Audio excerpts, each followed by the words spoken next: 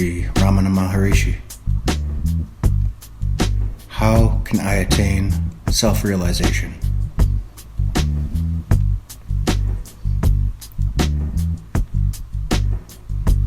Realization is nothing to be gained afresh. It is already there. All that is necessary is to get rid of the thought, I have not realized.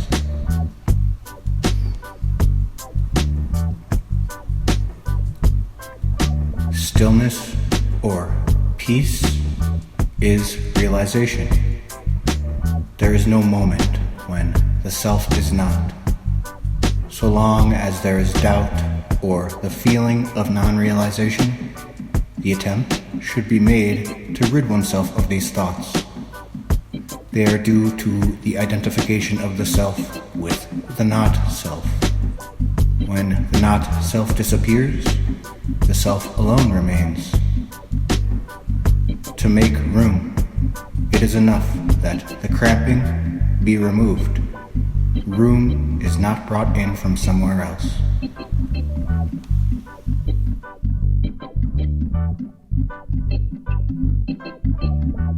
How am I to realize the state in which the Vasanas are effectively destroyed?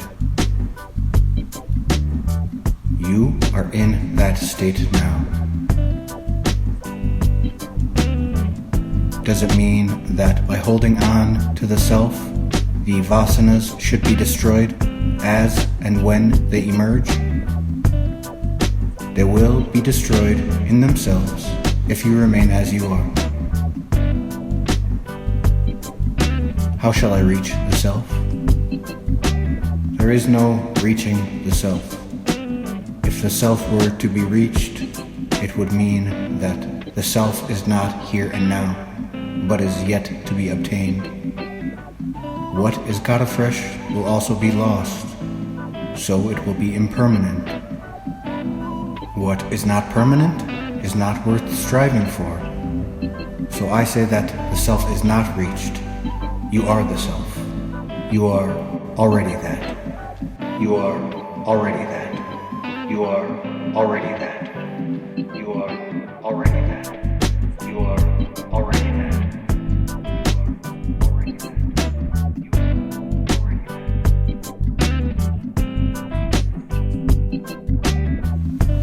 The fact is, you are ignorant of your blissful state. Ignorance supervenes and draws a veil over the pure self, which is bliss. Attempts are directed only to remove this veil of ignorance, which is merely wrong knowledge. The wrong knowledge is the false identification of the self with the body, mind, etc. This false identification must go, and then the self alone remains. Therefore, realization is for everyone. Realization makes no difference between aspirants. This very doubt whether you can realize and the notion I have not realized are themselves the obstacles. Be free of these obstacles also. What is the use of samadhi, and does thought subsist then?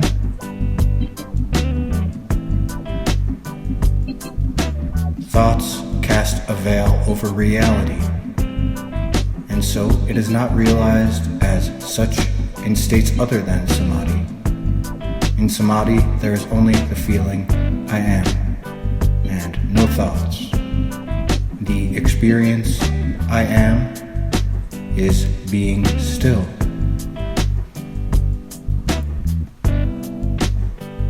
How can I repeat the experience of samadhi, or the stillness that I obtain here? Your present experience is due to the influence of the atmosphere in which you find yourself. Can you have it outside this atmosphere? The experience is spasmodic. Until it becomes permanent, practice is necessary. One has at times vivid flashes of a consciousness whose center is outside the normal self, and which seems to be all-inclusive. Without concerning ourselves with philosophical concepts, how would Bhagavan advise me to work toward getting, retaining, and extending those rare flashes? Does Abhyasa in such experience involve retirement?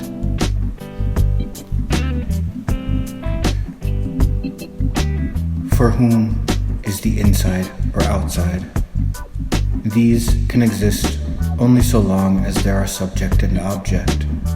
For whom are these two again? On the investigation you will find that they resolve into the subject only. See who is the subject, and this inquiry leads you to pure consciousness, beyond the subject. The normal self is the mind. The mind is with limitations, but pure consciousness is beyond limitations and is reached by investigation, as above outlined. You ask about getting. The self is always there. You have only to remove the veil obstructing the revelation of the self. You ask about retaining. Once you realize the self, it becomes your direct and immediate experience. It is never lost. You then asked about extending. There is no extending of the self, for it is as ever, without contraction or expansion. You asked about retirement. Abiding in the self is solitude, because there is nothing alien to the self. Retirement must be from some one place or state to another. There is neither the one nor the other, apart from the self. All being the self, retirement is impossible and inconceivable. Finally, Abhyasa is only the prevention of disturbance to the inherent peace. You are always in your natural state, whether you make Abhyasa or not. To remain as you are, without question or doubt, is your natural state. On realizing samadhi, does one not obtain siddhis, powers also? In order to display siddhis, powers, there must be others to recognize them.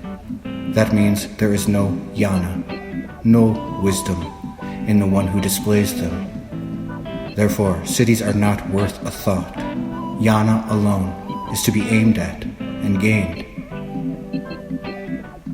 Does my realization help others? Yes, and it is the best help that you can possibly render to others. Those who have discovered great truths have done so in the still depths of the self. But really, there are no others to be helped. For the realized being sees only the self, just as the goldsmith sees only the gold while valuing it in various jewels made of gold. When you identify yourself with the body, name and form are there. But when you transcend the body consciousness, the others also disappear. The realized one does not see the world as different from himself.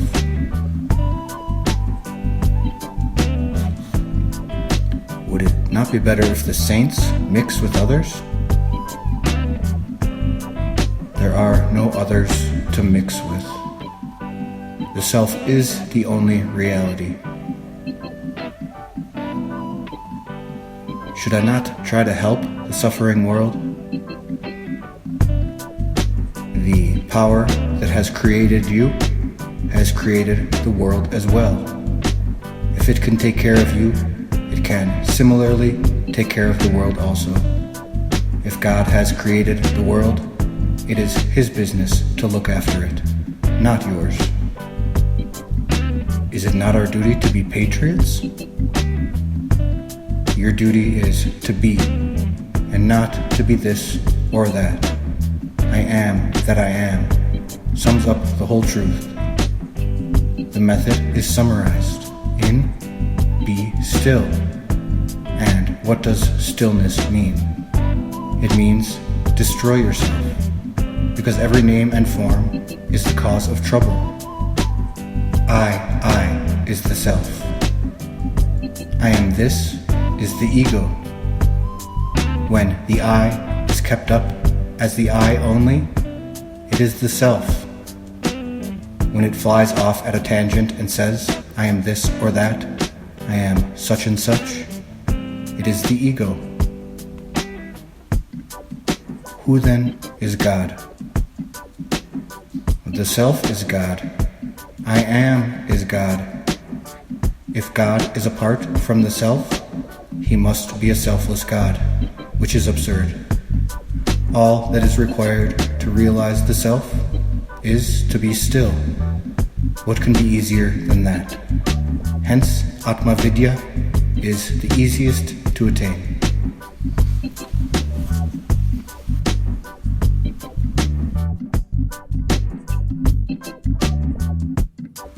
What is the significance of the crucifixion?